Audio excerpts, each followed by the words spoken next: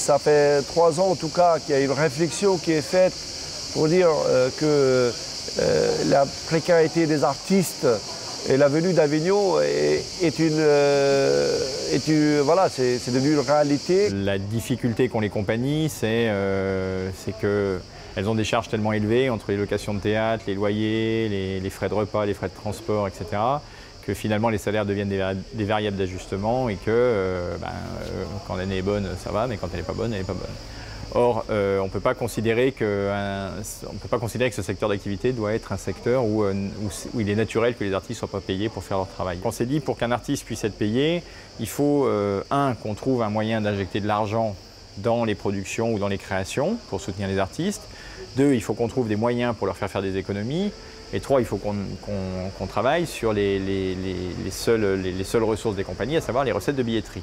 Essayer du coup d'être au plus près de la préoccupation des artistes. Donc on a créé ce fonds qui est cette année d'un peu plus de 200 000 € pour aider les compagnies justement à se professionnaliser, à pouvoir payer les comédiens. Donc ça a été le plus gros projet qui, à mon sens, a bien fonctionné puisque nous avons aidé cette année plus de 80 compagnies. Le principe, c'est qu'il fallait que ce soit une création parce que l'idée, c'est quand même les spectacles les plus fragiles.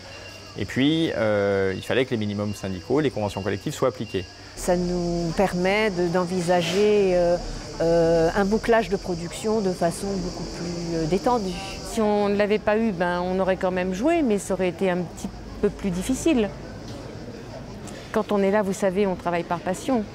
Il y a des tas de compagnies qui malheureusement mettent la clé sous la porte après. Ça permet d'assurer un salaire à l'artiste présent sur scène, c'est-à-dire qu'on va pouvoir le payer correctement, mais c'est important. On n'est plus, évidemment je le fais, moi de toute façon c'est dans le budget était déjà bouclé.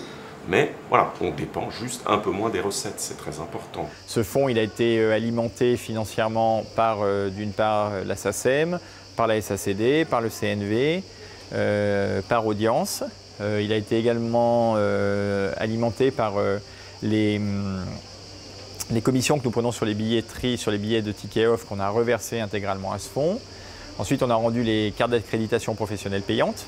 Donc elles étaient gratuites, elles sont passées à 25 €.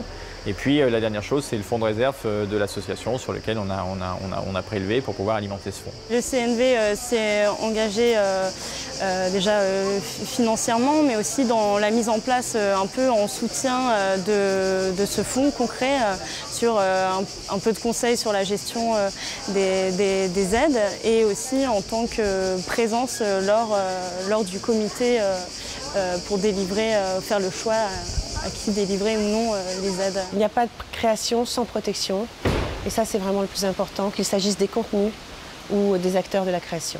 Pour nous c'est très important de pouvoir, j'allais dire, soutenir cette initiative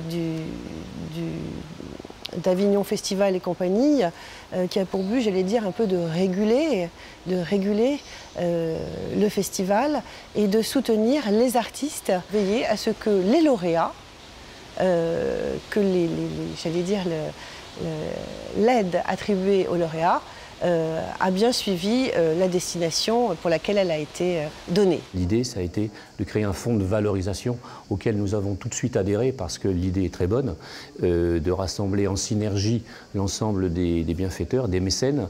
Et donc ce fonds permettra évidemment d'aider, et commence déjà à permettre d'aider des compagnies qui sont évidemment des bons élèves au niveau des droits d'auteur et des compagnies qui ont souvent des difficultés parce que, évidemment, une économie est compliquée pour elles avec le régime des intermittents et finalement un système de renouvellement de séances qui est quand même assez compliqué tout au long de l'année.